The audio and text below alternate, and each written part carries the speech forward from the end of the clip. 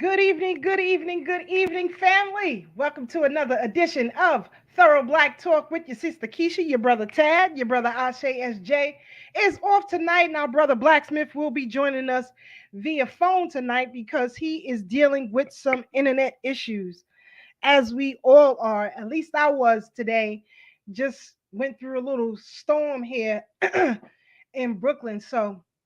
And of course, where I reside, my power lines and everything are outside. So when we have these, immediate storms, if you will, sometimes we have issues with internet service. But I am here ready to rock and roll. A lot has been happening around the country and here in particular in New York and in Brooklyn, where we reside and where we are all from. So we're going to discuss those particulars as well. Glad to be back with each and every one of you this week. Last week had some issues as well. So we didn't know we was going to make it tonight. So we are here and we are ready to rock and roll. I got my little peppermint tea, peppermint, ginger, and lime. That's right. Got to keep those lungs refreshed and clear. With all of the shenanigans that's going on, you don't know what the hell they putting out in the air and in the atmosphere.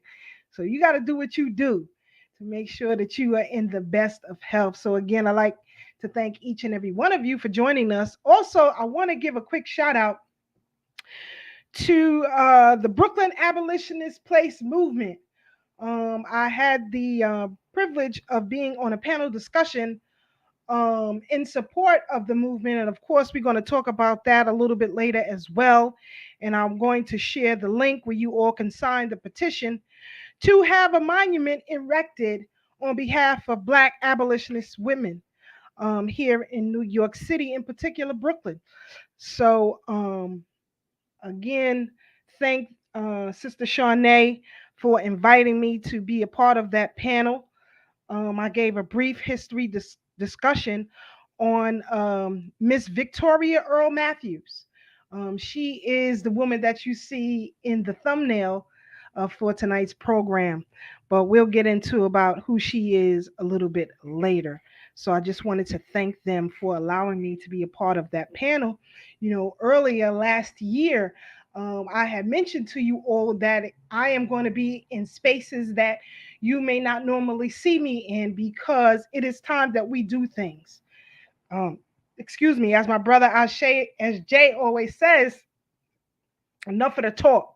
So it's now time that we in literary spaces, in political spaces that you may not see us normally um, a part of. So I want to thank those people who are on the panel as well um, in their fight to, have something erected for Black abolitionist women here in the city of Brooklyn, New York. So many greats have come through Brooklyn, New York. In fact, one of the first African centered schools in the country, right here in Brooklyn. And so, also on that panel was the great niece, I believe, of that sister, Maricha Raymond Lyons. And you need to read up about her. She was a free Black woman here in Brooklyn and an educator of Black children. Um, the first African free school was right here in Brooklyn. And so to be on a panel discussion with her descendants, as well as descendants of Ida B. Wells, um, was a powerful event. And again, as I said, you are going to see us in spaces that you may not normally see us in. A lot of hats was on the call as well, but we have to get in there because real radical voices aren't in these spaces. At least intelligent radical voices aren't in these spaces. Being part of various literary societies, these are the organizations and groups that determine what literature our children are reading in school, from kindergarten to the collegiate level.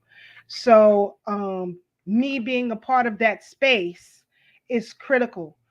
I've also been advocating for the release of documents written by our great ancestors that are in the possession of institutions like Oxford University, Yale University, Harvard University. And so, in order to advocate that change, I have to be in these literary spaces. So, this is my fourth request to join a literary society. This one is for New Jersey. So, and I'm not even a resident of New Jersey. However, um, if the request has come down, and it has, and I have accepted, I am going to be in that space as well, not just here in New York City and in Brooklyn. We see our brother Tad is on a check-in. How you doing, brother Tad? How you feeling? I'm good. I'm good. You know, it's always better days ahead. Yes, indeed, brother Tad is starting some trouble on social media. Oh yeah, yeah, yeah. You know, like I said, I'm getting back into my old self. So you know, I'm ready for the rabble rousing again. You know, pretty much provoking people thoughts. It's almost like our folks can't hold on to an elementary thought, and it's unbelievable because everybody think they're so smart, but it's like just to have a thought outside of what they programmed to do kills them. It just pains people to think outside of their circumference of awareness. True indeed, my brother.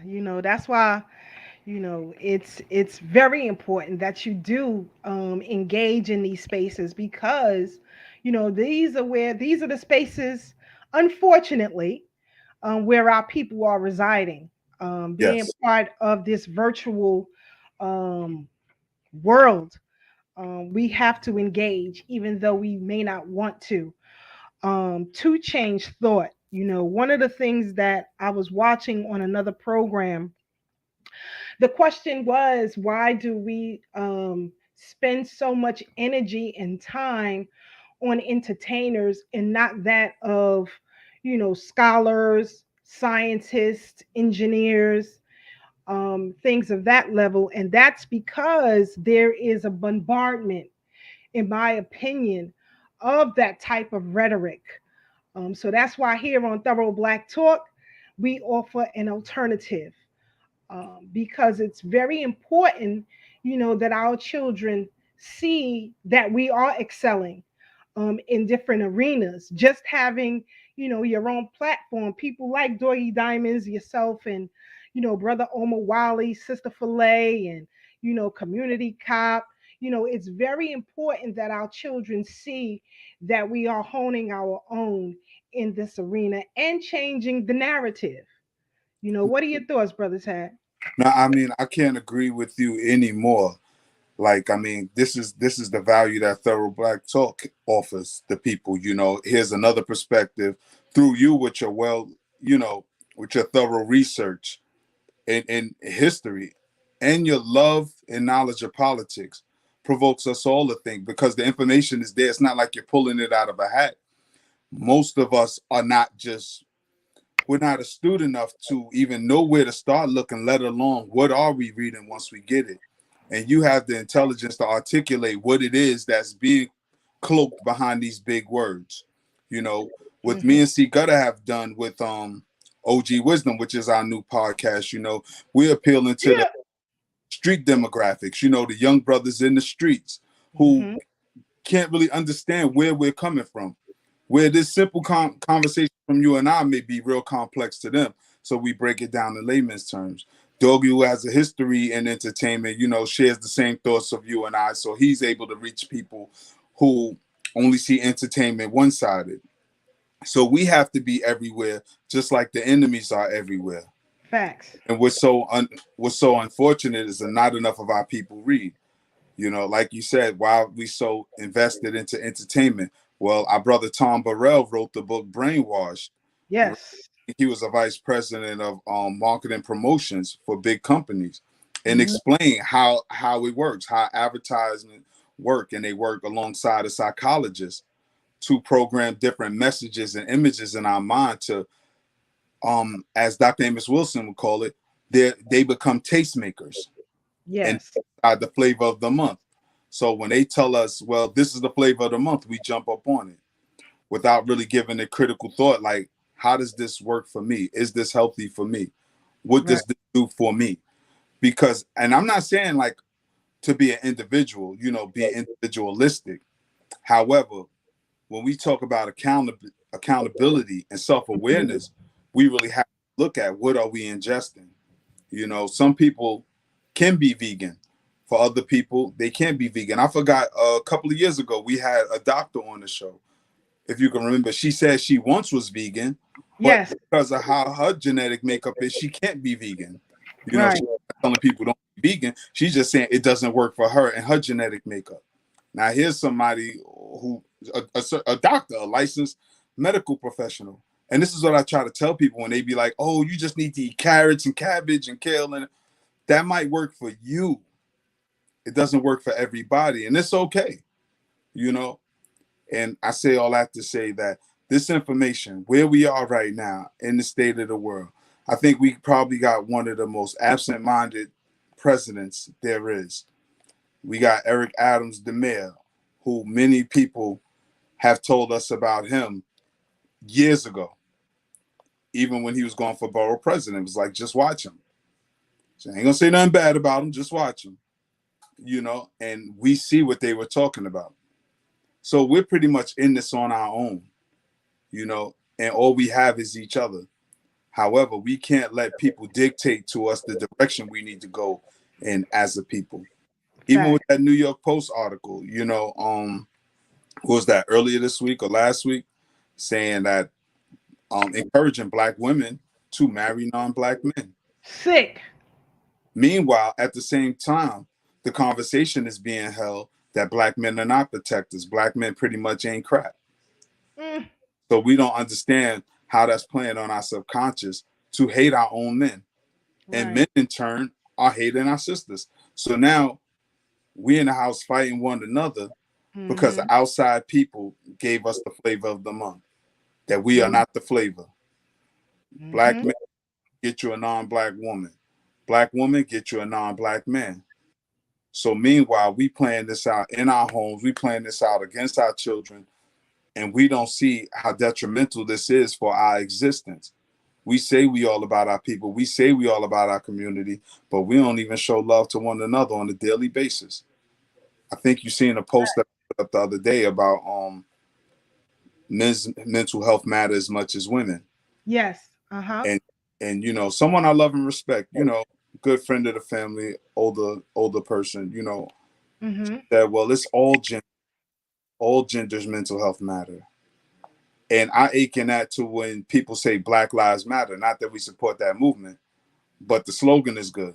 When we say Black Lives Matter and people say, no, all lives matter, it minimizes our message and what we're trying to relay. And that's the same thing as me as a Black man speaking up for heterosexual Black men, because our voices are completely silenced. In Mm-hmm. fact, I looked up a study, and it says that Black men are 7 times more likely to be murdered than Black women. And in fact, no demographic in the country get murdered more than Black men. Mm. I think that's real powerful because everybody's talking about protection, protect this one, protect that one. But who's protecting us? And the fact of the matter is we're dying protecting other people. Mm-hmm. But who's our protectors? People Mm-hmm. keep talking about the no good fun boys, the F boys they like to call them. I call them Right. boys, People talk about the no good F boys. Mm-hmm. But I always got to remind people, we're the brothers that's doing real work in the community being highlighted. And I don't do it for kudos and accolades. You know what I'm saying? I do it out of necessity. But where are you got Man Up Inc. You got 100 Blacks in law enforcement. You got father advocacy groups. You got Fathers Alive in the Hood. You got the Brothers Tribe Gangsta and GMAC. You got so many men organizing other men in the Girl community. dads, all of that. Yeah. You got Mm-hmm. so many brothers. Mm-hmm. Brothers I'm talking about. Black men Mm-hmm. organizing other strong heterosexual black men in our community. Mm-hmm. But you never hear nobody talk about that. So one thing I learned about the law of attraction and the law of abundance, you only get what you focus on. You focus on lack, you'll get lack. You focus on abundance, you'll get abundance. You focus on fun boys, you only gonna get fun boys. You Right. focus on strong men, you'll get strong men. You know, that's how the mind works, the law of attraction. In fact, and I'm gonna pass you the mic after I make this point. It's almost like when you get a new car. You Mm-hmm. get a new car. You never paid attention to, let's say you get you a Cadillac CTS. So you Mm-hmm. get a Cadillac. You never notice that car until you get it. Once you get that car, you notice it everywhere you go. And it's like, wow, I never paid attention to that car till I got one. Why? Because now your mind is focused and fixed on it. So now that you've been introduced to that thought, that's all you see. Now all you see is that Right. Cadillac CTS. And it's the same thing with anything in life. You know, the Bible tell you, seek and ye shall find. You look for good people, you'll find good people. You look for bad people, you'll find bad people. And I'm Mm-hmm. not saying the people's inherently bad, but you only choose to see the bad that's in people. And that's your mindset. That's the way you see things. And the mind will only conceive what the mind is introduced to. If you don't tell that mind to change its thought pattern, to look at something different than how you've been looking at it, you're gonna stay stuck, stagnant with the negative thought pattern and process. Mm-hmm. But I don't want to hog the mic though. No, go ahead, brother. You telling the truth because I hate um I'm gonna try to be kind here. Um a low attention span. Yes. If someone poses a question, it is not favorable for you to answer that with another question unless that is the platform. The Right. platform, because I think it was a post shared by Tashina Arnold. And shout out to her, always was Yeah. a contributor to the Freedom Retreat for Boys and Girls on the low. All A right. lot of quite a few were celebrities were contributors to the Freedom Retreat for Boys and Girls on the low. And, people like Prince and Michael Jackson and Mary J. Blige, y'all just don't know. But anyway, you shared that post, and I think she said, what can Black women do to stop the emasculation of Black men? Am I correct? Yes. Yes. Yes. Okay. That's what he said. Okay. And then I saw people posting things, you know, one person I saw, well, I'm just here for the comments. But it's a very serious question and it's not nothing to um, be trivial because it's a serious problem. As you said, the mental capacity of Black men today is quite damaged. Not everyone, but we're talking group based. And unfortunately, the suicide level has also risen for Black boys. And we are not paying attention to these things when we should. But, if you can, Brother Tad, just expound upon, that question and some of the comments that you saw. Well, one comment I saw, and this was on Instagram. Someone said, we got to stop the victimhood mentality, which I agree, but that's not what that post was. I think a lot of times when we talk about what's wrong with Black men, I don't think we don't look at what is the contributing factors. What are the variables within that man's life to make him feel a certain way? Like I've always told anybody, my three favorite ladies have always been my two grandmothers and my mother, and I'm blessed to still have one of my grandmothers still alive, still walking this earth with me. But last year I lost my mother. A few years back I lost my paternal grandmother, my father's mother, and now I still have my maternal grandmother, which I've been close with all of them. So I wasn't even raised to hate women, and I don't hate women.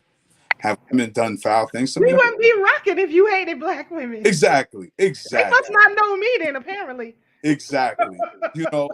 But I see the hatred that spewed towards me. That's why one of my posts was like, how many women have been in my presence, how many women have I protected, because I'm talking about in my conscious state and in my hood days when I was on the block with them things, letting it go for women.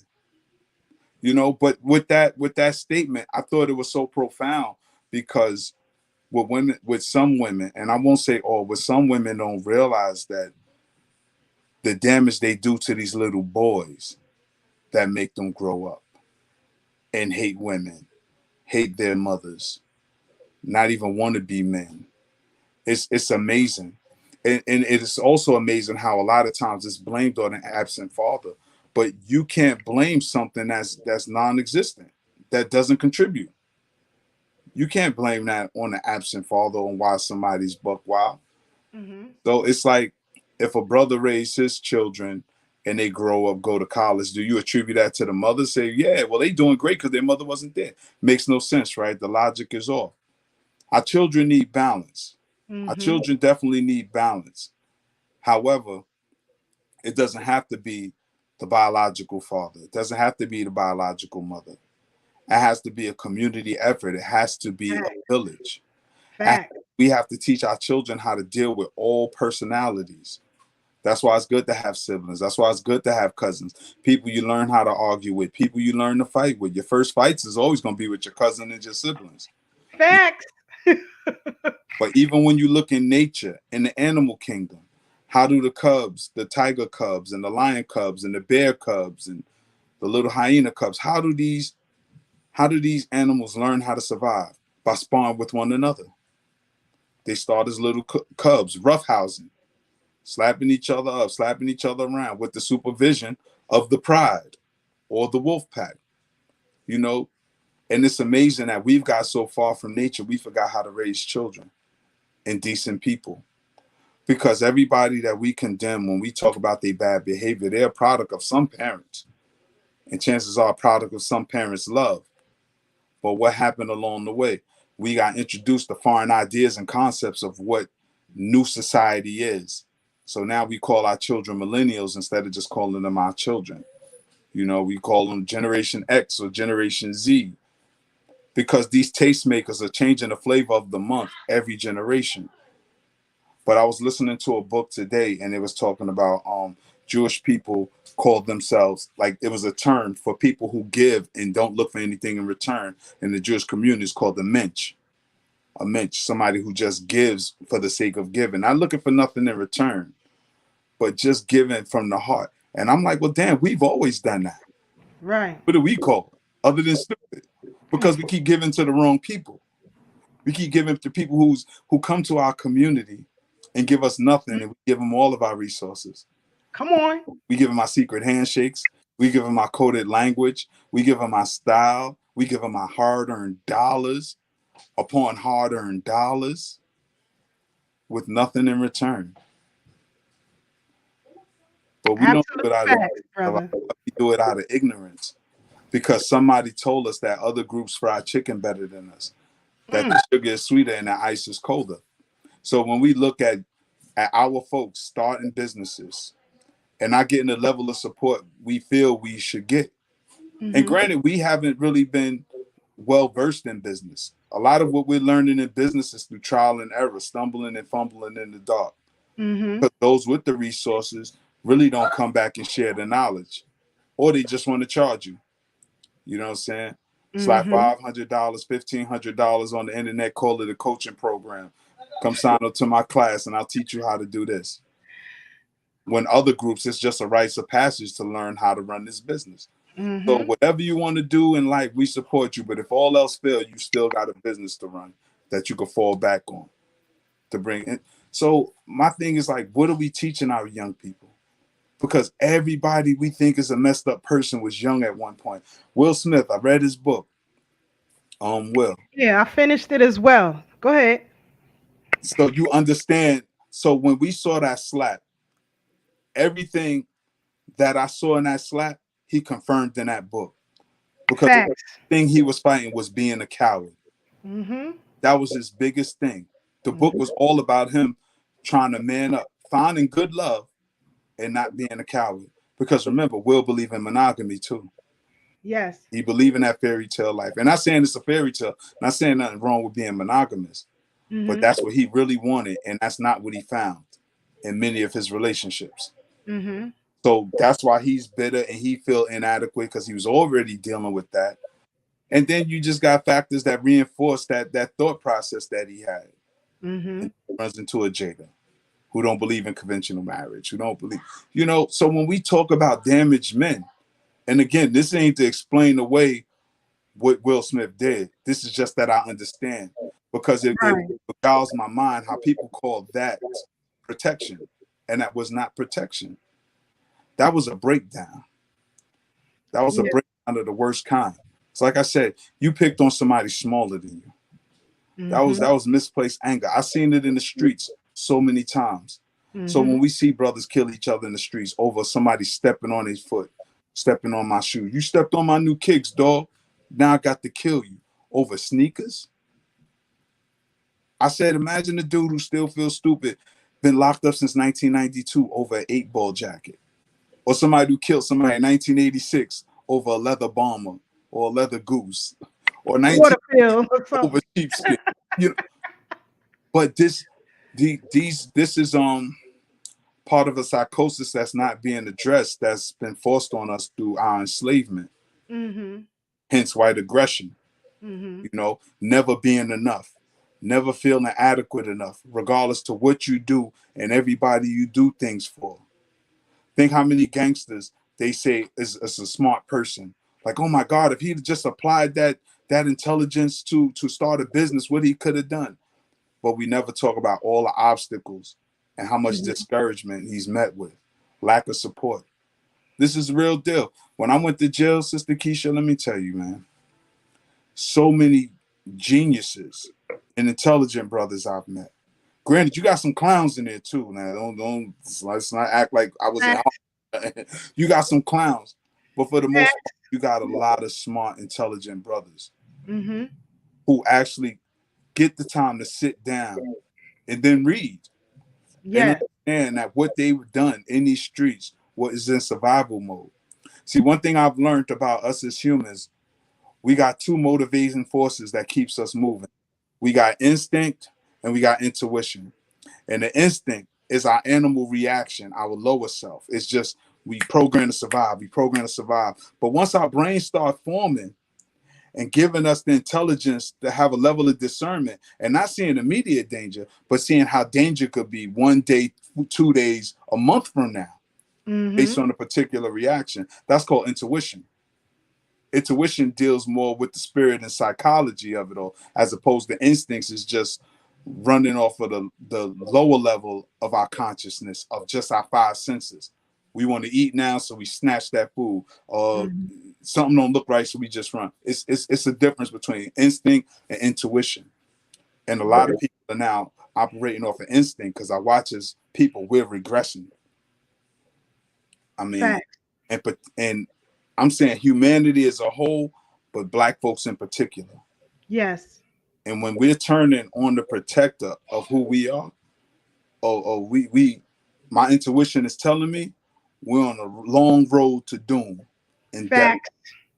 Facts. We're tearing down our own fences. We're tearing down our own gates. We're tearing down our own defenses because that's who black men are. People talk Mhm. junk about black men, but black men are out here doing the best they can, and it hurts. It hurts because I know what I've done with party. You know what I'm saying? I know what I've done with straight black pride.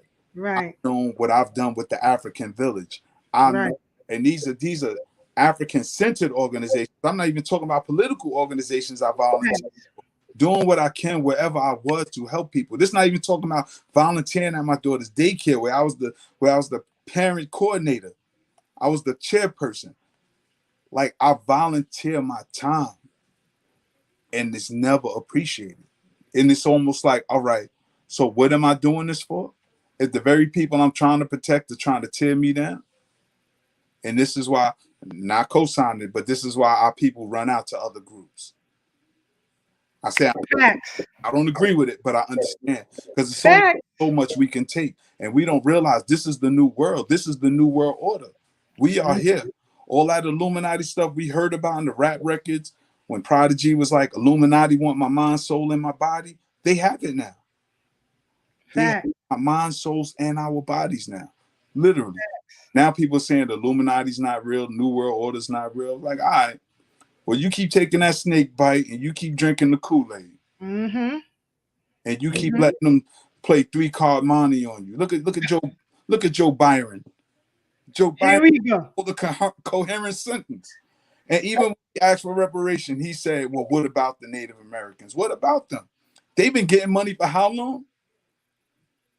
And you still talking about give them money? Everybody want to cite Dr. King, but Dr. King said we're going to Washington for our check. That's right. No talking. We can't be coming for our check. That's what he said. Check. But why when we talk Dr. King, we never talk about reparations? That was something he was strong about. Facts. It was beyond, and I keep telling people, Dr. King didn't stand for integration. It was desegregation. Desegregation. But of course, these people are good at technology, so they switch the language on us all the time. Mm-hmm. That's why Ketanji Brown don't know what a woman is, because the language has been switched. Mm-hmm. Asked her, what is a woman? She said, well, But she has no qualms about accepting the title, being the first black woman. oh my God. Well, I just put a post. It said, it's 2022. And we shouldn't be the first black anything. Like we still doing the first black. Like we've been here before this country. We built this country and we were here way before this country. So why are we still the first black anything? It's It's because we still, unfortunately, a vast majority of us still believe that being accepted by other groups validates who we are. When the truth of the matter is, we are the originators of every element of social order. We that's, are the originators. So for me to follow anyone else is sacrilegious. that's right. I don't need validation from another woman to tell me what my womanhood is. I don't need that at all. So for me, it is a conversation that's not even worth having. But of course, we are in a different mind space than a lot. And that's why it is important that although we get tired and tattered and beaten, you and I have come through some things. I've been kicked out of groups, all kind of stuff. But it just lets me know that I have a particular standard, that I am unwavering in that standard, because I am the original woman. Exactly. I'm telling you what we need. It's listen, out of 20, almost damn near 30 years of being with the same man, um, it's critical that our home remains peaceful, because we both go out into this world and deal with shenanigans out here. So when we come home, there is more laughter and love and solitude in this home, that when our family members are around us, they love being in our company. That's something that I have gotten from my own family members. Right now I have an uncle who is struggling health wise. So I'm not going to hone in on that because the waterworks will come. But my father was deceased 1 month before I was born. So my uncles on my father's side, who married into my family, meaning they married my father's sisters, played a critical role in my development. As far as what I should, one, recognize as true black manhood, two, to harvest what I recognize as true black manhood, and to maintain that so that I am that for the next generation, right? So I thank them, whether it's Uncle Buddy, Uncle Dragon, Uncle Jesse, they have always played a critical role in who I am growing up. They put the battery in my back that I am untouchable because they have my back, And I told my husband when we first got together, yeah, you're gonna have to go and sit with my uncles for a minute. Sister Keisha, can I ask you something? Yes, sir. Is it a black thing that we all got an Uncle Buddy?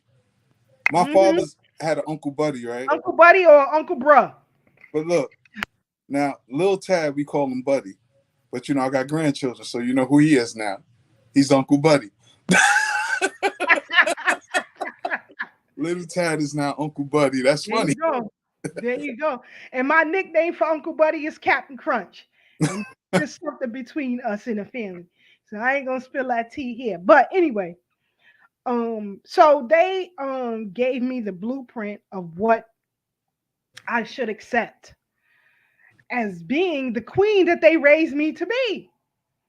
You understand? So to be anything less is disrespectful, in my opinion, to my elders in my family, right? So I could be doing a whole lot of other things, right? I could have been doing a whole lot of other things. Trust me on that. However, um, I don't want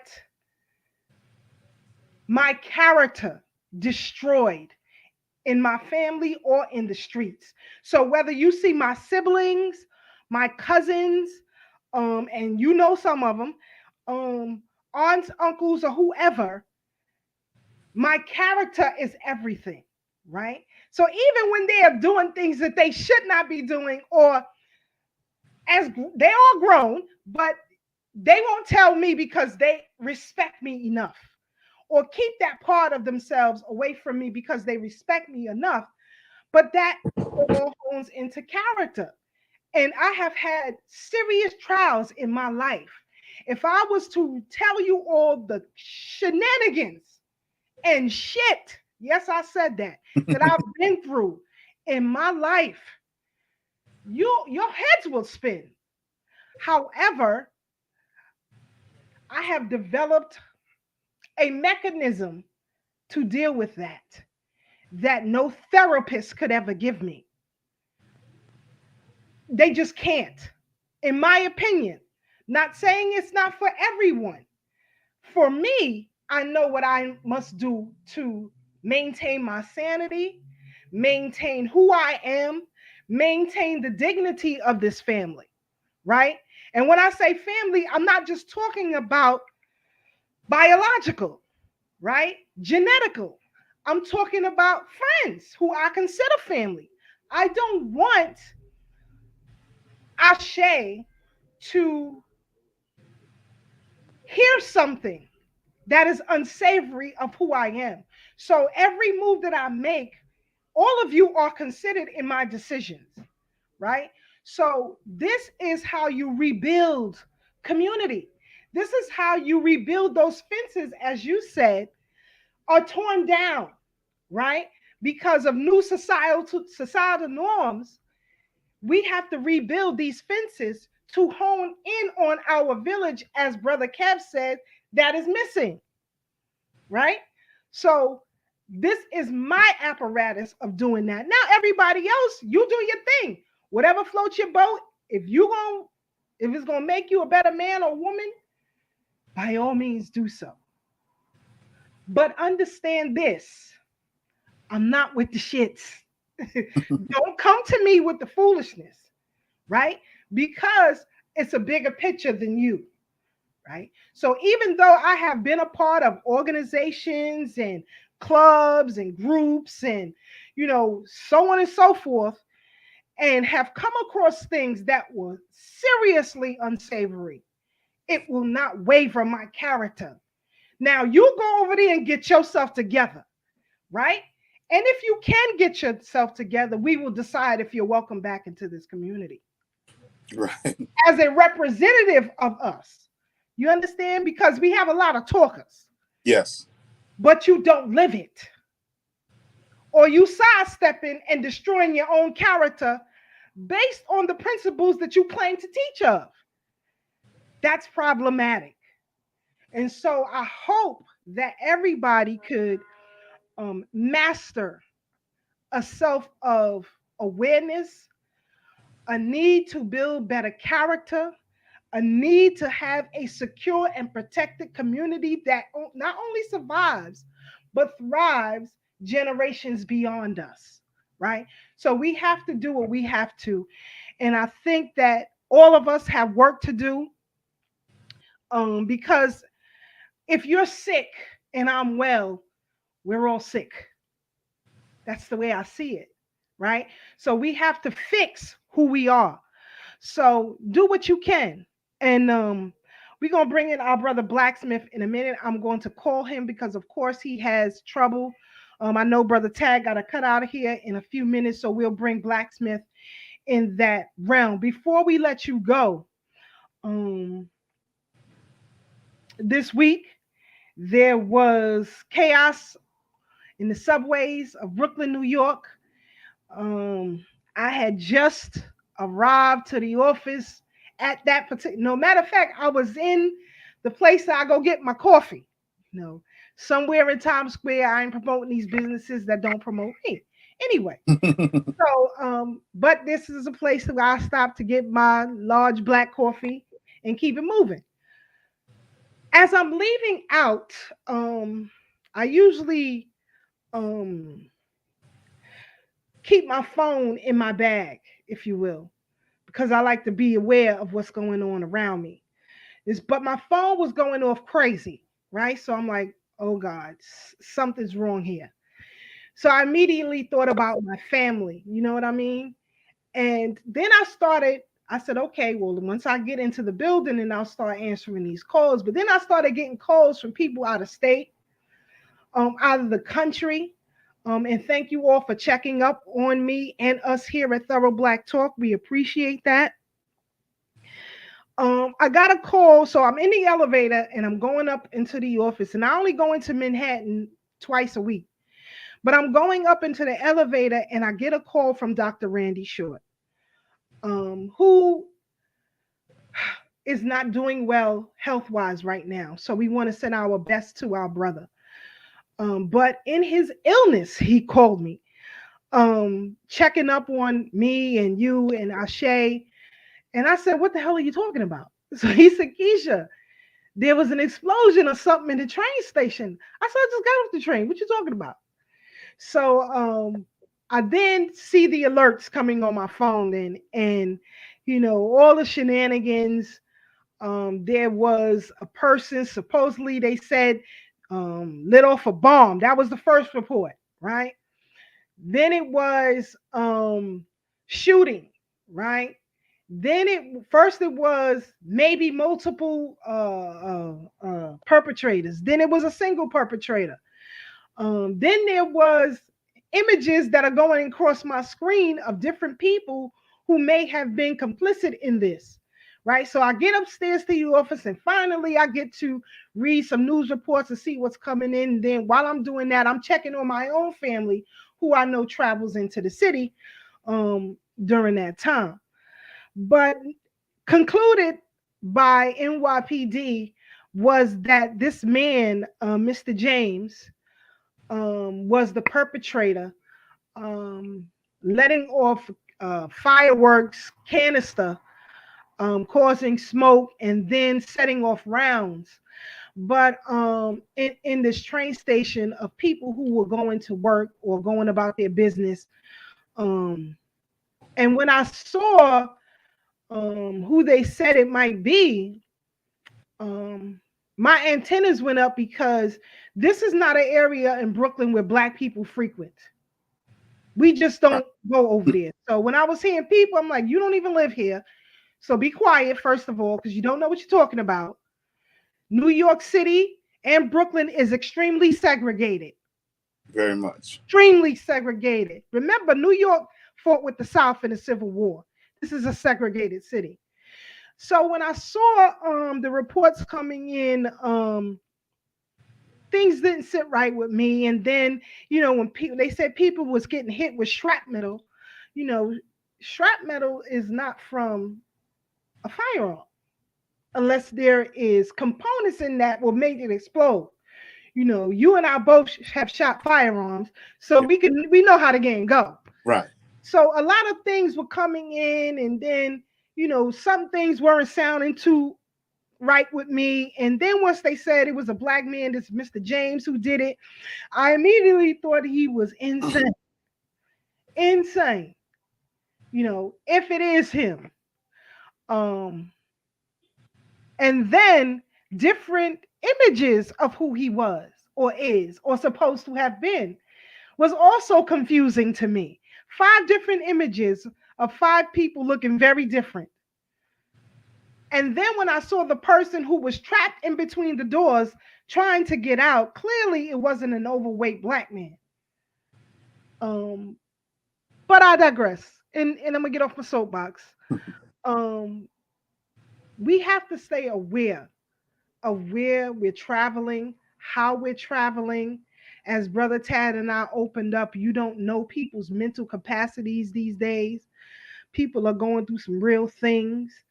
Um, and for those of us in these spaces of internet broadcasting, whether it's podcasting or whatever, the hammer is coming down. And I said this before, which is why I started taking media law classes. I'm always ahead of the game in anything that I'm doing. But the hammer is coming down to reinvigorate the mantra of Black identity extremists. And I've been warning people who broadcast, even in the instances of how you're doing it, be careful of your wording, right? Because everything can be used against you in a court of law. Everything. Can and will be used against you. Facts. Not we might. Can and will. Your brother, your thoughts, brother Tag, because I know you gotta go shortly, but your thoughts on the shenanigans that took place on Tuesday. Well, I'm still, confused about it. I don't know if the brother's innocent or guilty. I used to take that train to work. I'm familiar with the 36th Street train station on the end and Right. I used to go there years ago with my daughter's pediatrician was over there. But go right. ahead. Like you said, it's definitely segregated. You get a lot of Latino and Asians in that community over there, particularly at that train station. Um, but when they say little key things like cameras wasn't working and things like that, I think the initial suspect was like 5'5", 100 and something pounds, Right. 175, 180 pounds, and then dude looked like he about 6 feet tall, 280, something like that. The description doesn't fit. Mm-hmm. But again, what do I know? Because it's easy to control the masses. You Mm-hmm. give them anything. I think, like you said, like the same thing with Chanel Lewis. Now, I'm not saying this man is innocent or guilty, but a lot of times we always have to peel back the lids and check out who these people are carrying out these attacks, whether they're Manchurian candidates or whether they're just people who's fed up, like Colin Ferguson. And that's why I think when we talk about black men's health is very crucial right now. Because let's say this brother did do it. Let's say he what was the tipping point? And he's not even from New York. So what made him come from out of state? He supposedly had rented that U-Haul in Pennsylvania. Supposed to be from Pennsylvania, rented the U-Haul that had Arizona plates, and I'm trying to figure out how does the U-Haul tie into all of this? Like, who rents a U-Haul to get on the train? Like, it got to make sense, and it doesn't. It's too many holes in the story for me. Yeah, and to even where the van was spotted in Gravesend, we don't rock out over there either. No, That's not our neighborhood. That's but he's where the he's not a Polish resident people of New be at. York though, right? He's not a New York resident, Well, correct? he wasn't residing in New York. They have reported that he was from the Bronx, Okay, or it's alleged alleged that from the he is Bronx, from the Bronx, right? but came from out of town. Like, I don't know. It's kind of sketchy to me. because time is the best storyteller. We see these things time and time again. But again, like you said, this could be a ploy to start pinning black identity extremists again. It's a Because fact. when they tried that about 6, 7 years ago, we saw who the real terrorists was, and it was the Europeans. They started rearing their ugly heads. And then even with the Stop the Asian Hate campaign, they tried to put it on black folks when stats show that more Asians kill black folks than black folks are killing Asians. I mean, at least from my summation, and I'm not talking about low level crime. I'm talking about business owners attacking black people. What was that? The Red Apple nail salon. The sister who got shot in the head over the orange juice. Um, so many attacks of our people by Asian people, particularly black women, were being attacked by Asians. But I didn't see Yeah, beating. the black woman hate campaign. But again, this is what I go. This speaks to the psychosis I'm talking about when we talk about black men and our mental health. Because here it is, when black women were being attacked, black men was running up in these nail salons saying stop supporting, but our folks kept supporting, particularly black women. Now this ain't to beat up black women, this is just to point out a fact. Because if our sisters wasn't Fact. 'Cause supporting I those was nail there. salons, they'd have been out of here. But we Mhm. still keep going to the weave shops, we still keep going to the nail salons and getting beat up by these Mhm. foreigners, but keep saying that black men are the biggest threat to the black community. But I Fact. heard more gay folks say that, and I seen our sisters adopt that mantra. And you just get tired of it. You just get tired of fighting everybody. As a black man who's tired, you just get tired. You just get tired because here it is, day in day out. We do all we can, and I get it. No generation is going to move the next generation forward without a fight. But goddamn, you get tired of fighting at some point. At what point do you honestly get to sit back and enjoy your life? Do we have to do like the old slave spirituals and wait till we die to really get our slice of heaven while we watch everybody else enjoy their life? Or do we really need to kick ass so that we can sit back and relax once it's all said and done? Both. Right. Because we can't, like It's Dr. gonna Clark be said, both. when black men and black women are fighting, we can't win this war with half the army. We are in this thing together, 100%. But see Shout that? out to Sister Marie because she also called to check on us, brother Tad. Oh, no doubt. Salute, Uh, Sister Marie. And real quick, I was going to talk about with that New York Post article being out there, but then uh, uh, a black woman went viral talking about how she was turned on by seeing white men beating on black men because they're exuding their dominance, particularly when the police are beating black men. Have you seen that video clip? Unfortunately, Yeah. So we talking about the psychosis of a people and some people adopting that language, looking at aggression against us as real manhood. And I get it. I get it. I get it. This is how Europeans define their manhood, by their act of aggression and not the level of intelligence to build societies. As we was talking earlier, as you said earlier, all the societal rules that these people have are from us.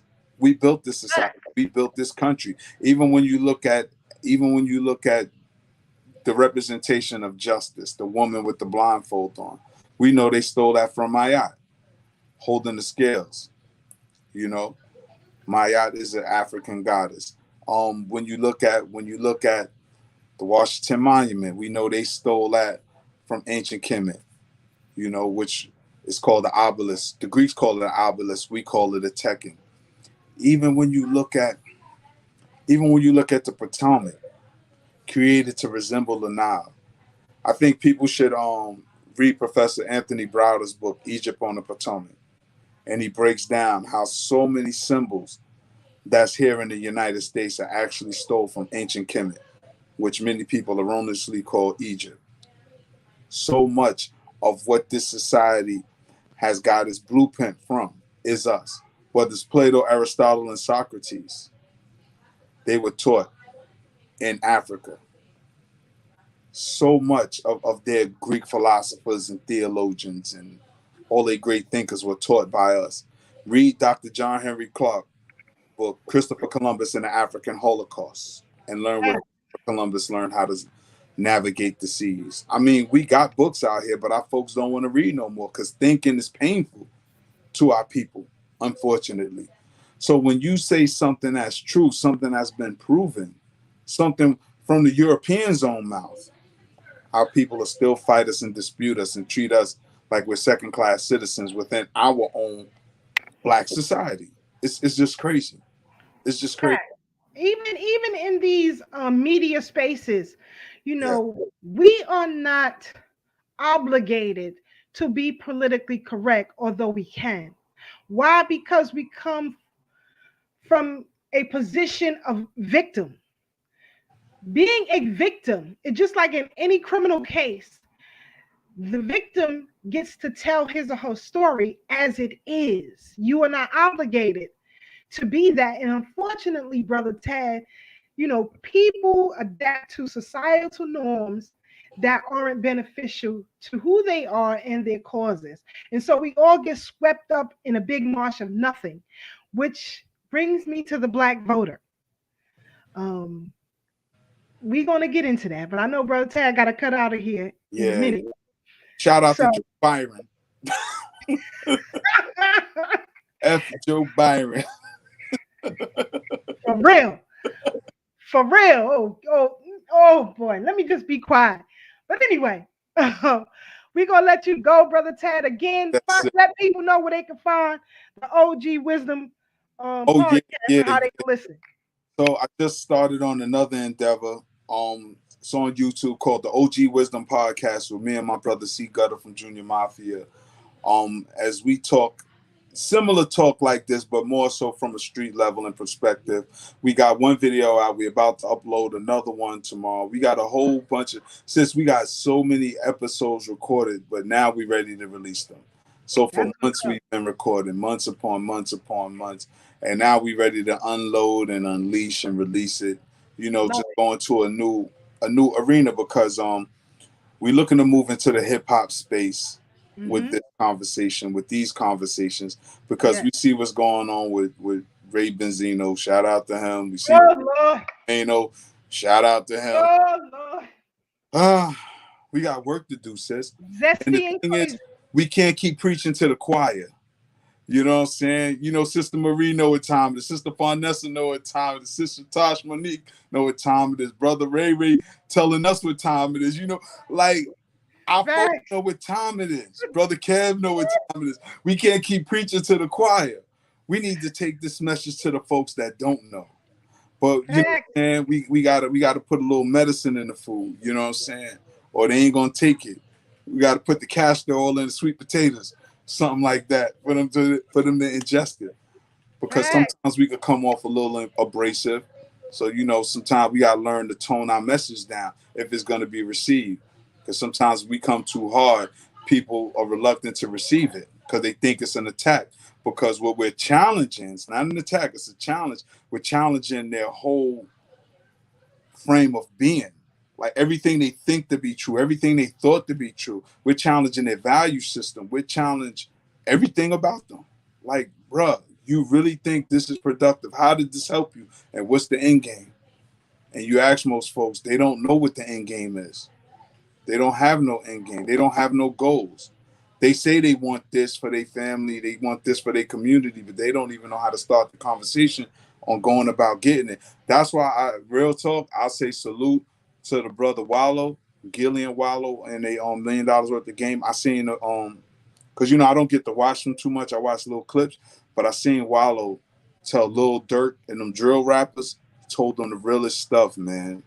He cried when he was telling them, and I really felt it in my heart because it's the same thing I used to tell the little dudes on my block, that I love y'all, that y'all don't want to go through. Because I think he did over 20 something years in jail. You know what I'm saying? He said he been going to the penitentiary since he was 11. First time he got locked up, he was 11. Did like 5 years in Like the, my brother. yeah, you know what I'm saying? And that's what I'm saying. Brothers who go to jail, everybody ain't stupid. Mm-hmm. Or even if you made the mistakes go in, you get time to sit down and think and reflect on your life and what you wanted to be and come home and make a difference. And that's what a lot of brothers do. So I commend brothers like that. But he was talking to the people that needed to hear it, the young rappers that's literally out here killing each other. Because these little dudes is out here killing each other. Because we can go into that drill stuff another time. Because I heard the conversations and the debates about drill music, and I think the part that people are missing about drill music is an antagonizing music. They're talking about real crimes. They're talking about real murder. They're really celebrating killing each other. Like not just saying it in rap like an Ice Cube and a Dr. Dre who ain't never killed nobody. I'm talking about these boys is really killing people, and then they're really killing the rappers, and then making songs about the rappers that they killed. It's unbelievable.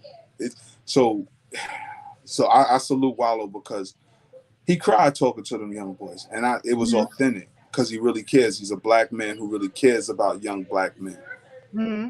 And I applaud that because I felt the sentiment because I've been there before. I just ain't had no camera on me when I was talking to the young boys on the block, Mm-hmm. and unfortunately, some of them didn't make it. Some of them do die, and Mm-hmm. it's up to us.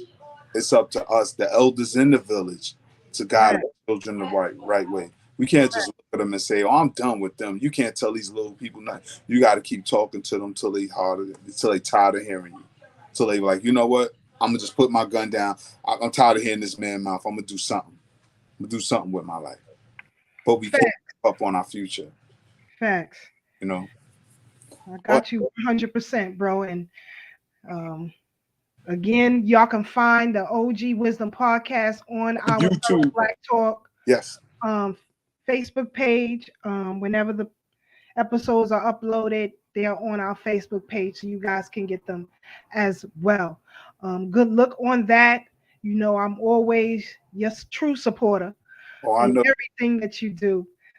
Give C Gutter my love. Definitely, because we're gonna have you on the show in the future. We definitely gonna have you. You just let you come run them up. Just I don't want to run them no, we want you to. up now. You know why? Because hip hop folks need to know who Sister Keisha is, who the baddest sister in the land. You know, because Love you, brother. Cardi B can't speak for me. I'm sorry. Oh, oh. And I don't like getting headaches, so I can't be listening to her. Yeah, And I listen. Y'all seen when I put the clips up? You know, I go to the old school concerts. I ain't got time for it. My head don't need. I don't like my head hurting. I don't like my head hurting at all. So you know, give the brother my love and respect, and let him know that we watching and we definitely support you and him in doing this necessary work. You know, it's yes, yes, critical that you are in spaces that we are not normally in right now. that's right. And real quick to my sister Tosh Monique, yes, yes, her brother Lamont, that's my dude. Sister Tosh, give brother Lamont my love. Tell him salute. Hope to see him soon. Know you've been gone for a minute, but tell him I ain't forget him. He got my love. You know what I'm saying? Or but salute everybody. Just remember, no matter how hard things seem right now, it's always better days ahead. Yes, indeed, brother Tad. You be safe out there. Yes, ma'am. Yes, ma'am. Talk to you soon. Peace. Yes, indeed. Okay, family, we about to get into it.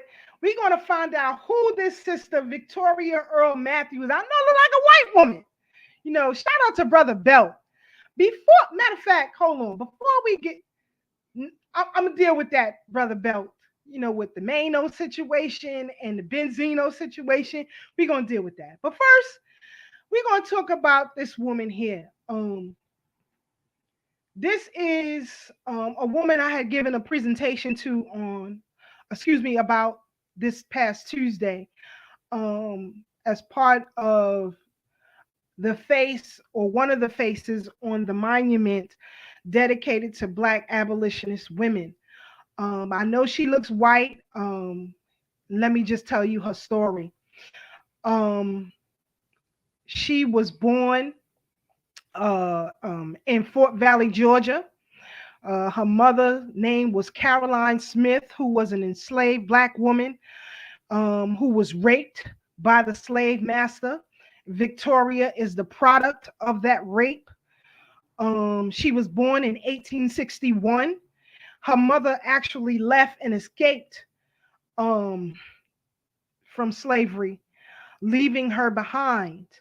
But she came back in 1865 after the emancipation. And in fact, the slave master father wanted to keep her and her sister.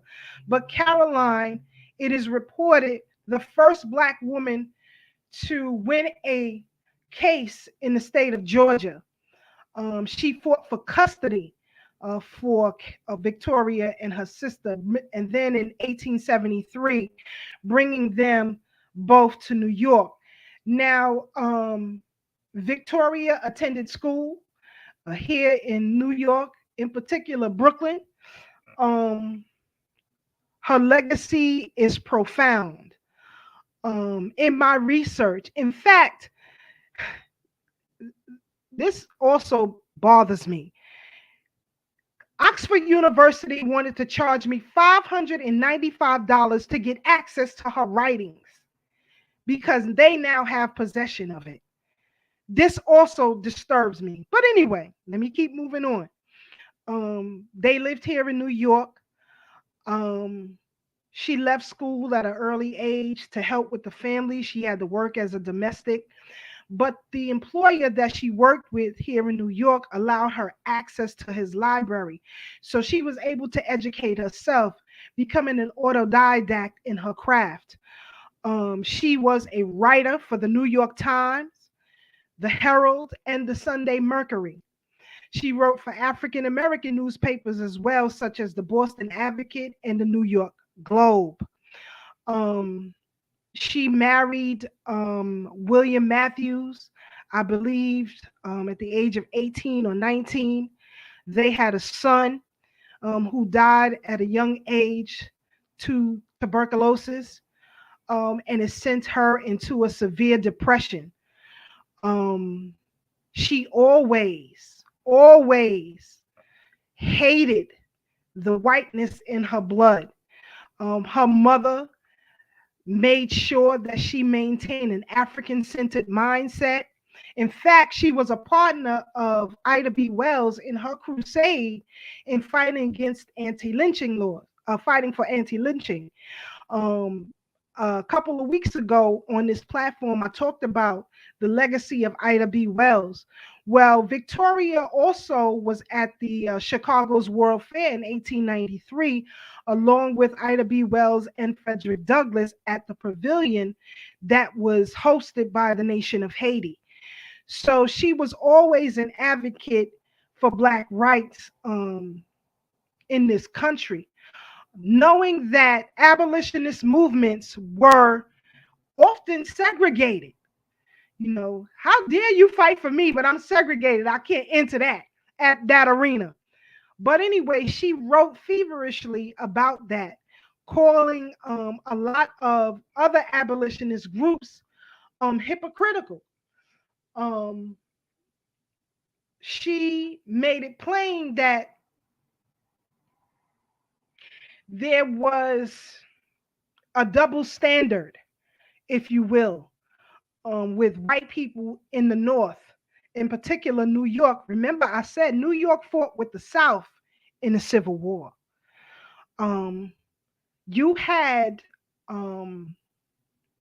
so called employment agencies that were luring young Black women to New York um, to work as domestics. But when these women came to New York, they were carted into brothels and made to engage in forced prostitution. Now, Victoria, because of her phenotype, was able to pass for white and go undercover and investigate these white businessmen and these brothels that were sex trafficking young Black girls and Black women, in particular in New York. So she was able to do that and report on that. One of her pieces, I believe she wrote, is called The Value of Race Literature in 1895. That is also hard to get access to. That's another story. She wrote a novel, Aunt Lindy, but, you know, always African centered in everything that she did, understanding the trauma and the abuse, being born in enslavement, having her father be the slave master, having her mother fight for custody of her and her sister. She understood that paradox, if you will, on what it is to be Black here in America. And again, she is a pioneer in investigative reporting and being editorial writer, speaking out against the sex trafficking of young Black girls. She had a home here in New York City, um, in Harlem, for young girls and young women, teaching them the role of what it is to be a Black woman, to be proud of their Blackness, giving them a skill. Of course, the only work that they could get at that time was to be a domestic. And so she trained them in that as well, and was a serious protector of Black girls in particular.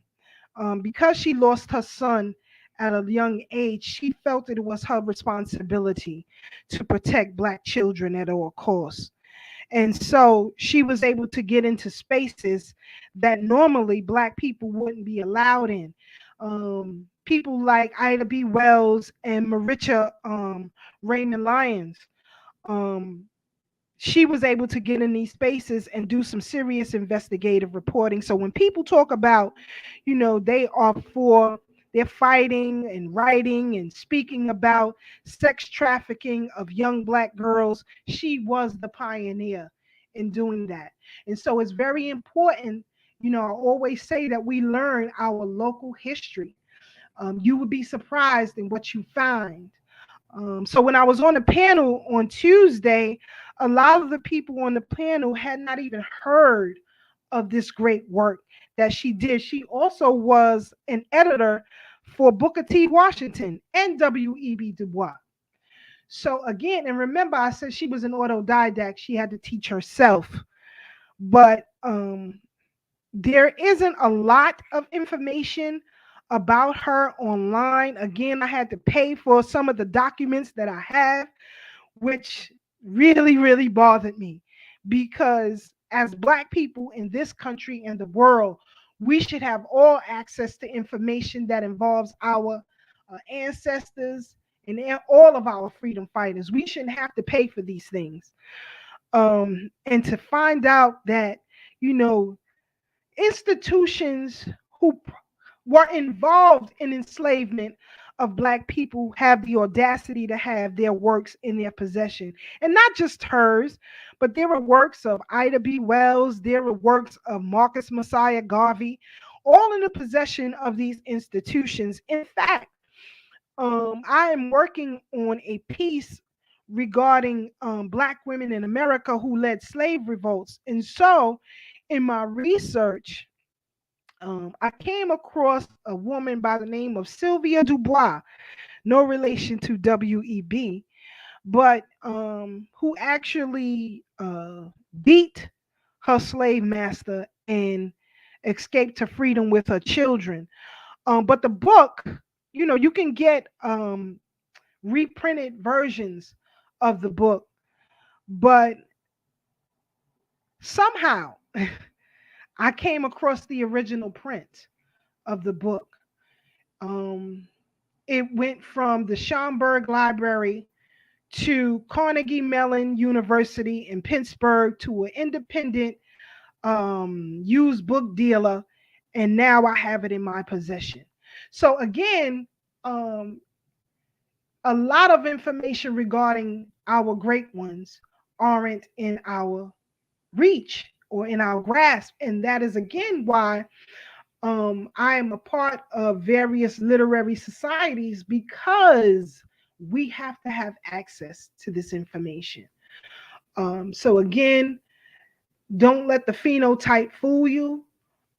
She couldn't stand the Yurugu, um, and wrote about it feverishly in many publications.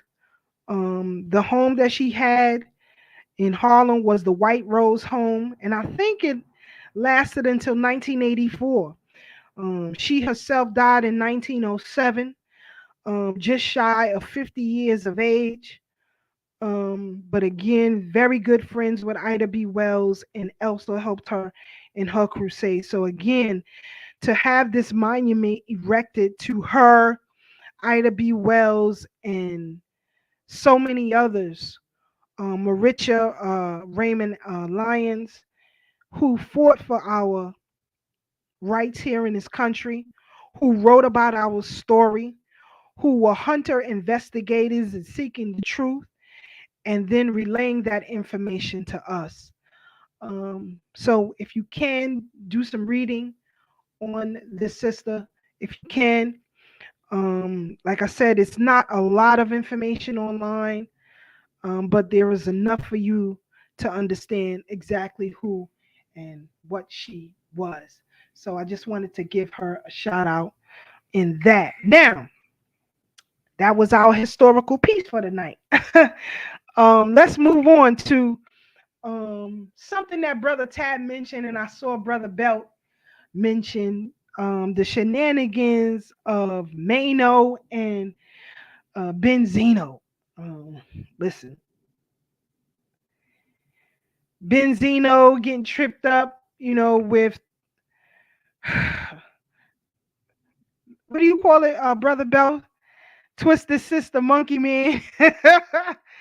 And then you have Mano who says he fantasizes about being the property of a white woman and he's a runaway slave and she's beating him. What kind of listen? That don't even sound right. Like what the hell is that? What the hell is that? Somebody tell me. What's going on here? And then you have these people who claim to represent the culture of hip hop. So that's why I say to those who are in hip hop, is this your representation? Is this what you allowing to go on in something that we created? What say you? Some people say chasing the bag, you know, clout. It could be. I don't know what's going on here, but it's disgusting and very disturbing. And in fact, here in this climate where we are gaining momentum as far as the conversation and legal apparatus of reparations is concerned, these kind of commentaries are allowed to fly. These kind of type of commentaries can be damaging. Remember, anything you say can and will do be used against you in a court of law. The same people who claim that they respect the culture, they about the culture, are disrespecting the culture. Because for those of us who were here for hip hop's inception out of this city, um, Mano is younger than me. You wasn't here from the giddy up on a whole lot of stuff. You came in later, but Benzino came in later. You from Boston. It started here. That ain't the culture. That ain't the culture.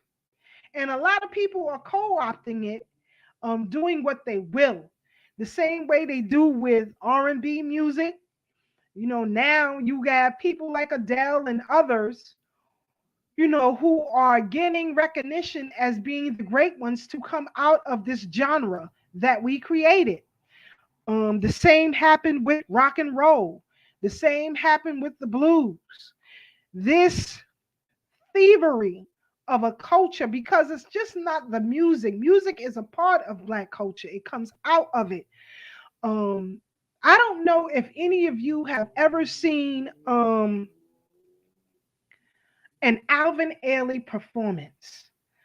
Now, of course he was a twisted sister, as Mr. Belt likes to call him. But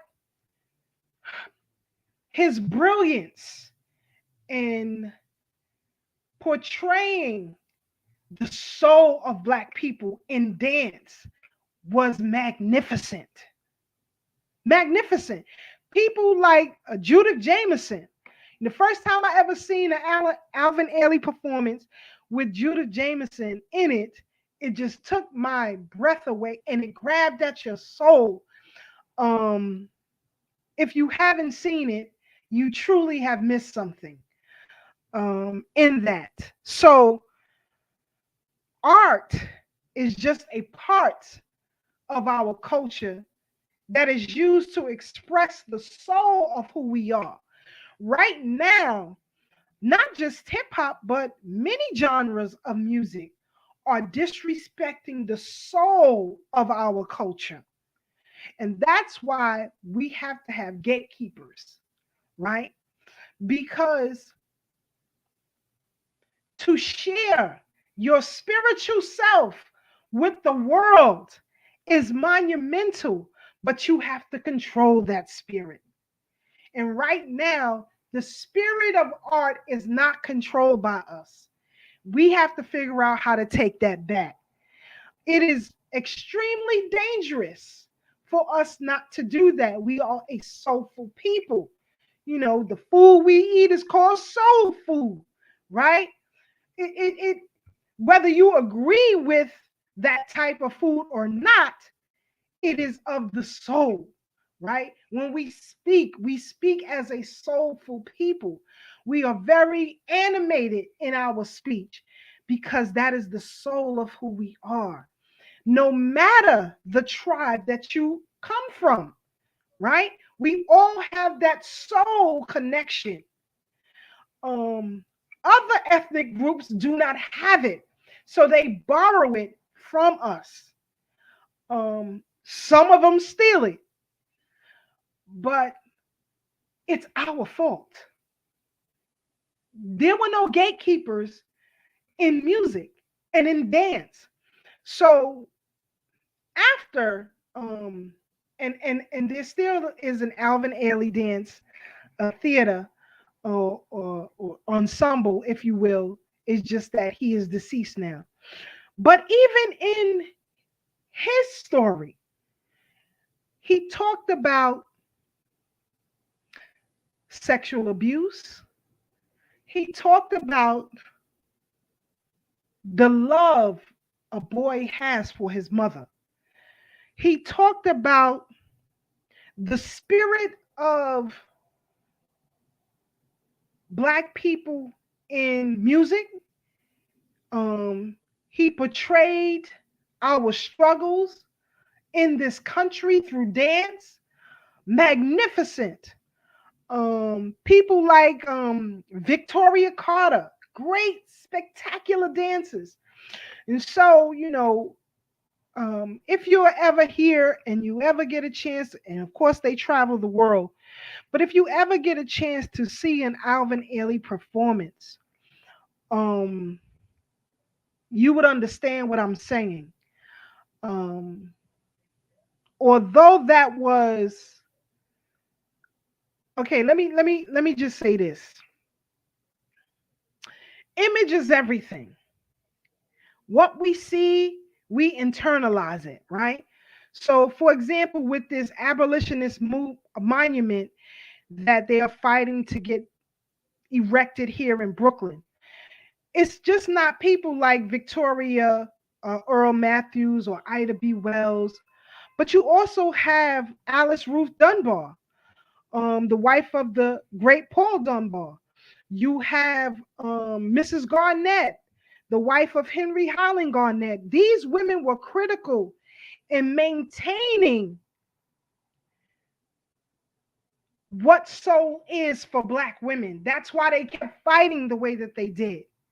That's why we have to have access to this information. That is why I am a part of these literary societies so that I can get it for us, right? So I know sometimes some of y'all send me some messages and I might not answer, whatever. It may take me a week. I'm busy. I'm busy. This work is never ending. I have to advocate and argue on our behalf. I don't have time to message with you all day. You understand? So some people don't understand that. I am in the vein of the women who came before me. We have to take back. I'm telling you, sisters, it is our responsibility to be gatekeepers for our community, gatekeepers for our children. You can't let children listen to everything. You know, I couldn't listen to Millie Jackson when my aunts and uncles and parents was listening. I had to either get out of the room, go in the back, or go outside and play. Now you got mothers who are sitting there listening to this trash with their children, right? I couldn't listen to Red Fox when I was a kid, right? If we did listen to it, we had to sneak and listen to it when our parents was gone, and they wouldn't know we did it. But even when company came over, you didn't sit with your parents' company in the middle of the conversation. You get popped in the mouth quick. But now, why do we feel it's okay to allow these things to happen? We didn't dare do these things. We have allowed other people's cultural identity to become ours. It's not. And just the way they expect us to have respect for other people's cultures, God damn it, you better have respect for ours. We don't have to share everything with you. We are not obligated. Just like other cultures, they don't have to share stuff with us. It's who they are. So be it. We have to protect ours. We can't share everything with everybody. There is no reason why anyone should be discussing Eminem as being the greatest of a genre he did not create, nor his people created. You can't talk about Elvis being the king of rock and roll when he didn't create it. When you watch shows like America's Got Talent or some kind of dance or what's the other one? American Idol or whatever, you did not invent these genres. We did. Who are you to judge it? And we let these things fly. The number one export in the world is Black culture. Don't believe me? Get a passport and start traveling and see everybody copying what we do. Go ahead. We have to take back our prized possession, and that is the soul of who we are. So, as Brother Tad said, we have to be in spaces that may not be comfortable for us. We got to be there because somebody has to change the narrative. And I don't like that excuse. Some people say, well, we got to just focus on the children. No, the hell you don't. We have to focus on the community as a whole. People say children because they don't want to do the hard work with hard-headed adults. But the children are in the homes with these adults. So you have to appeal to them. But you have to do it where they are, right? I could be speaking a whole lot of political jargon right now or legalese, and none of y'all know what the hell I'm talking about. I have to approach it where I am, right? So never fall for that weak, defeatist commentary that we have to only focus on our children. To hell you do. All of us are suffering as a whole. The community must heal as a whole. Victoria Earl Matthews wrote and investigated sex trafficking of young Black girls.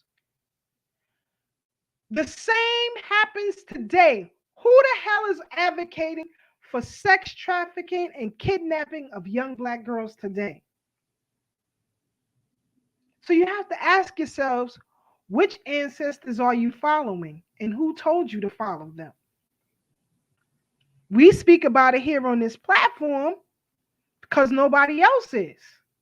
I'm working on an interview now with a historian who has a vast wealth of knowledge on Black cowboys and Black cowgirls. And I've been corresponding with him for quite some time. He had some personal issues to deal with, but as soon as he's done with that, we're going to have him here on this platform because nobody even knows. Our everyday folks don't even know the history of that.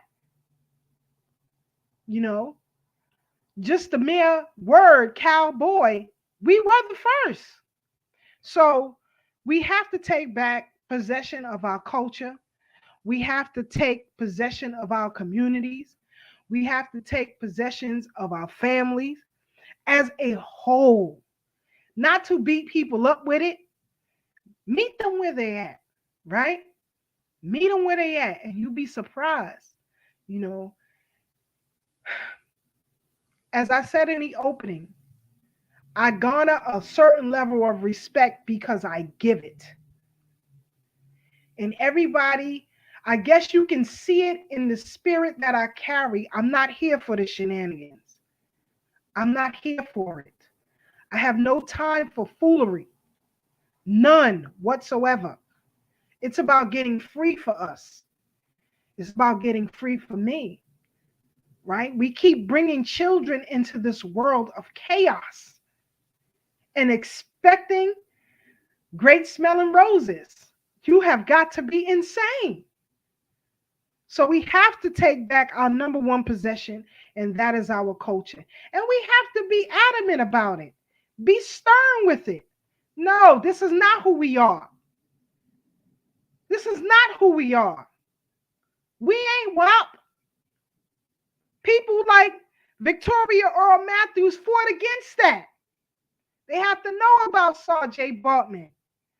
They have to know about black women and black girls and being trafficked for sexual preferences of wealthy white and Arab men. The enslavement that black women and girls had to endure and bear children. I can just, I listen, I can feel the pain of Caroline Smith.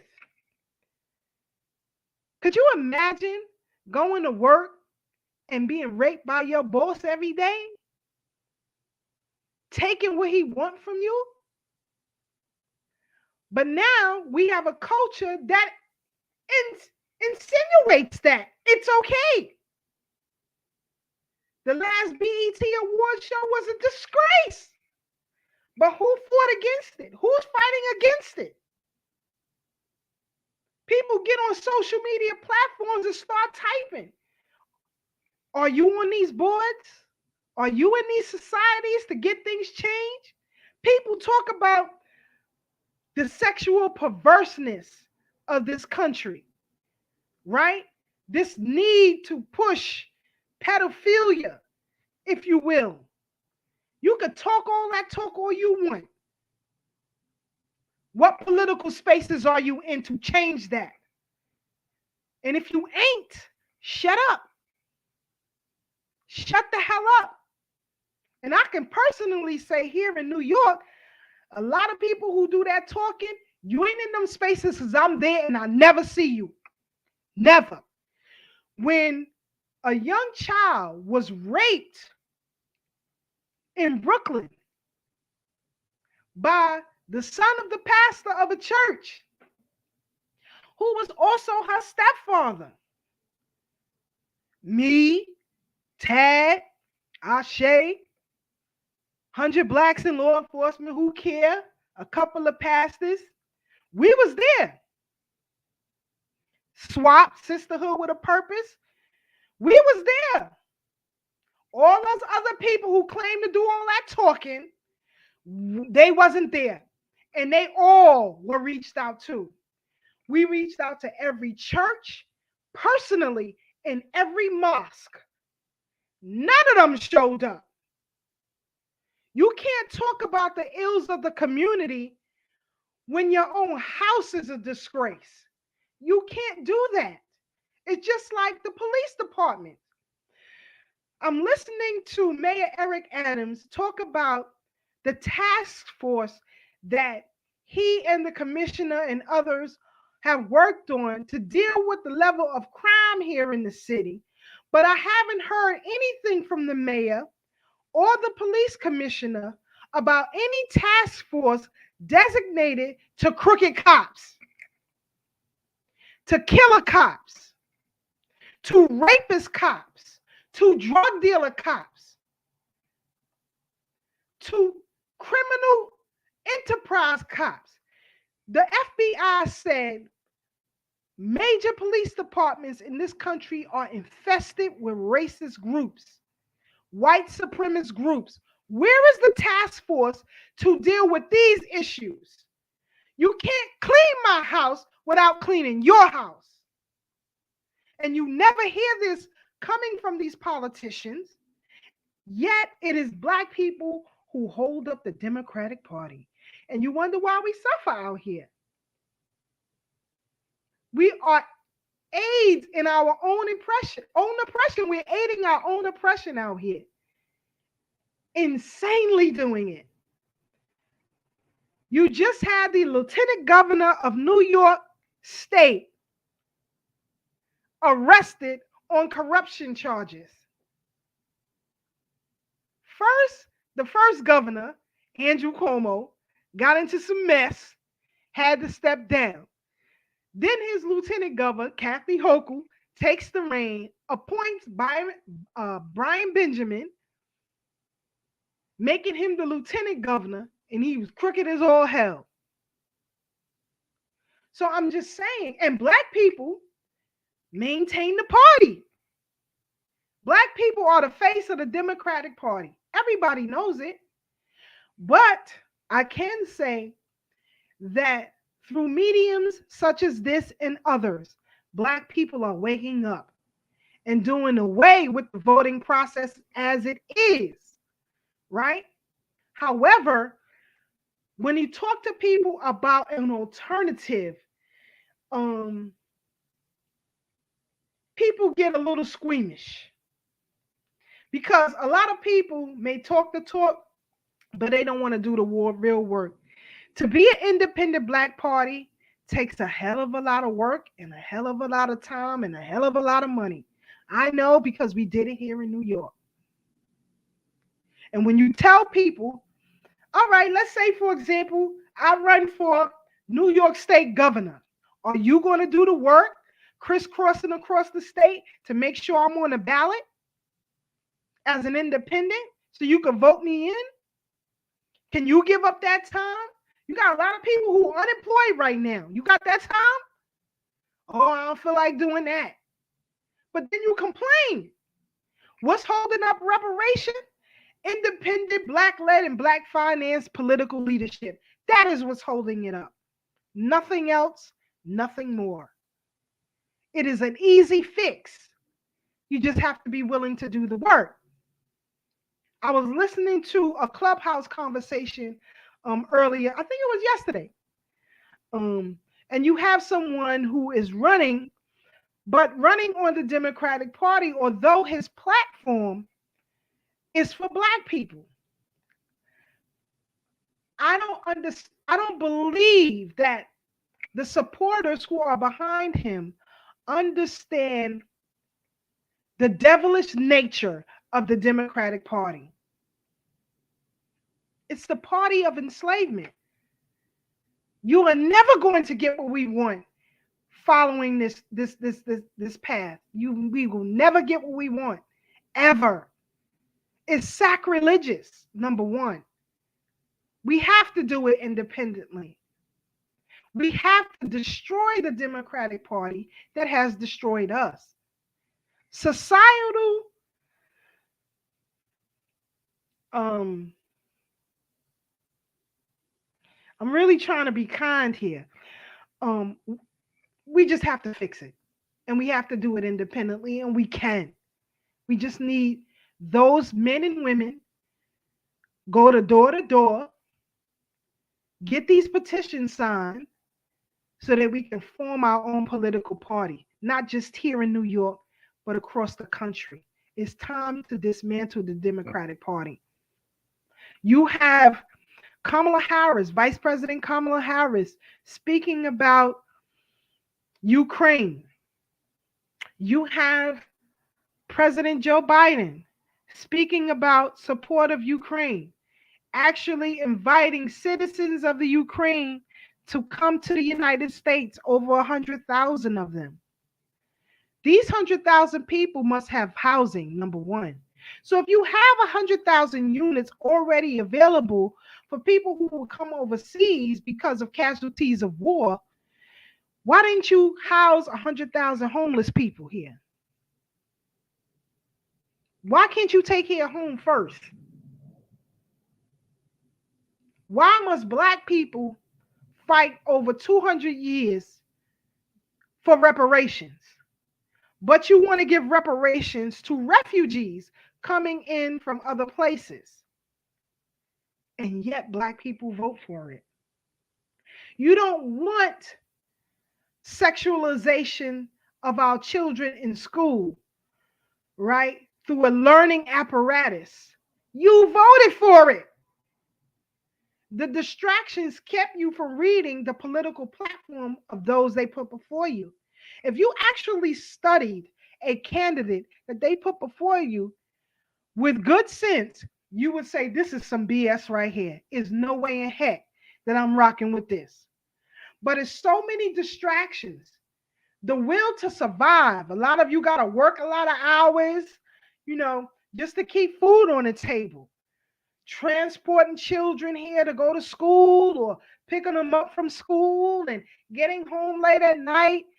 You are distracted because your time is taken away, right? So when you come home and you have a home to deal with, and then you have to get up the next day and do it all over again, that keeps you away from doing the necessary political work that these women like Ida B. Wells and Mrs. Garnett and Mrs. Dunbar and all of them did before you. This is why the mental capacity of Black men must be better than what it is, because they have to maintain financially for us so that we as women can go out here and do what must be done. My husband always say, yeah, you can work and do whatever you want, but I got to maintain this household. I got to pay these bills here so that you can do what you have to do. Get my point? Other ethnic groups understand that. We do not. We aren't involved community-wise. How many of you or people are members of your community land trust? Or even know what that is? And then you wonder why gentrification happens and you know nothing about it until it's already said and done. Because you don't know what a community land trust is. You don't know how to get on these boards. Nobody's ever trained you to do that. We don't have political workshops to even know political language. Right? You go to the average person and you say, well, what's a filibuster? Either they gonna say, well, I don't know, or they're gonna pull out the phone and try to figure out what it is. Right? Come on. We late to the game here. Kwame Ture said we are not politically organized, and we ain't today. We have to surround ourselves with entities that will make us better people and a better community. And we have to be selfish about it. It's okay to be selfish about it. It's okay. Don't you want safer communities? Don't you want your children and grandchildren or so on and so forth to progress? Wouldn't you like to go outside? I think Sister Marie said earlier in the chat, where are our Black nail salons? You should be able to come out of your house, Sister Marie, and have your choice and pick of the litter. Right? But who was sitting on these local business commissions? It ain't us. I've been there and I don't see us. You know what I'm saying? Who was making sure? See, Brian Benjamin, the lieutenant governor who got caught in money scheming, taking bribe money to get deals for other groups so that they can flourish in their business, that's an apprehension to someone black who can do it, or many black businesses, right? So we have to be in these spaces that we are not normally comfortable in. And in order to do that, you have to be thoroughly educated in those arenas. So nobody can come to you with the shenanigans. And you know how to combat that argument with something that is beneficial to your plight, not anyone else's. It's okay. It's okay. And never let anyone tell you that it isn't. If that's their culture, let them do that over there. It's not for us, right? When you go into a Korean person's home, or a Chinese person, or a Japanese person, or a Jewish person, they have their own customs and norms that you have to respect. We have ours as well. And we cannot allow ours to continuously be compromised. Because in doing that, it causes insanity. Because our spirits are off kilter.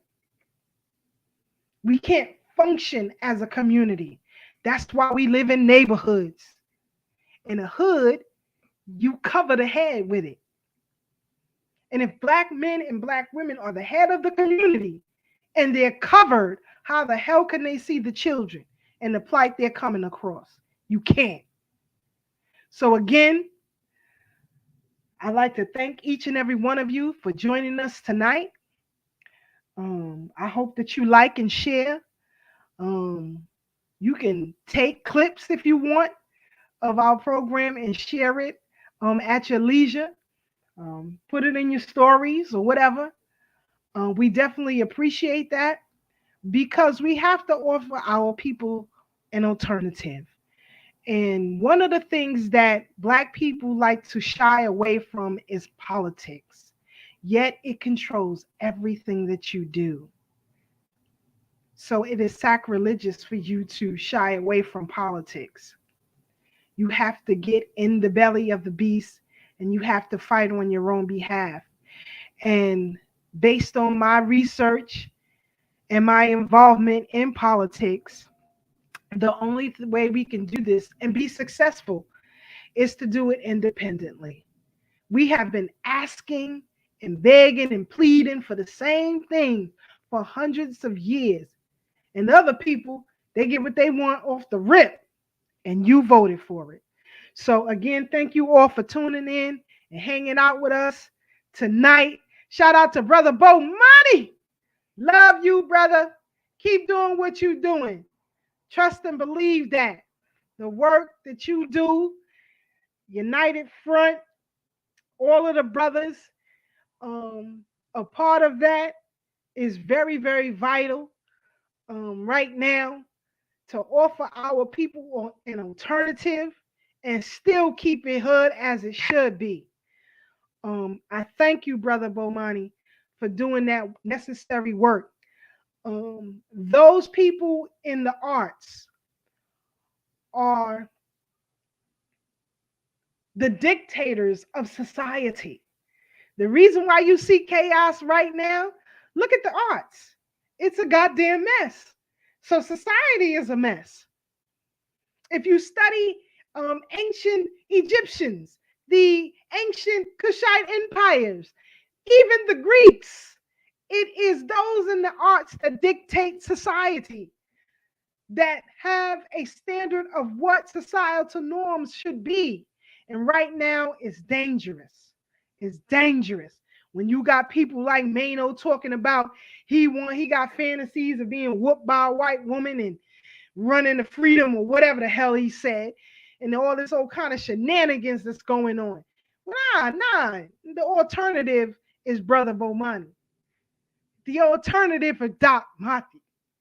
The alternative is University. You see my point? And so if you're in these spaces, then you can combat that, right? So that's why Brother Tad and Brother C gotta be in the spaces that they're in so that they can show there is an alternative to this craziness that we seeing. That's right, Brother Bomani. Artists are the original influence. That's a fact. That's a fact. That is a fact. So again, family, I'm about to head up out of here. I thank you all for tuning in and joining us. We tried to get Brother Blacksmith because he has been doing some investigative reporting and got a whole lot of information for us. But unfortunately, he has no control of the internet service. So he couldn't join us tonight. But he will definitely be back again with us next week with a wealth of information that I guarantee you're going to want to hear. So, family, good night. Y'all stay up, as Brother Tad says, stay blessed, stay black, and stay true. Stay straight and stay black, because there's a whole lot of craziness going on out here. Keep your head up, family. See y'all next week. We out of here. Good night, y'all.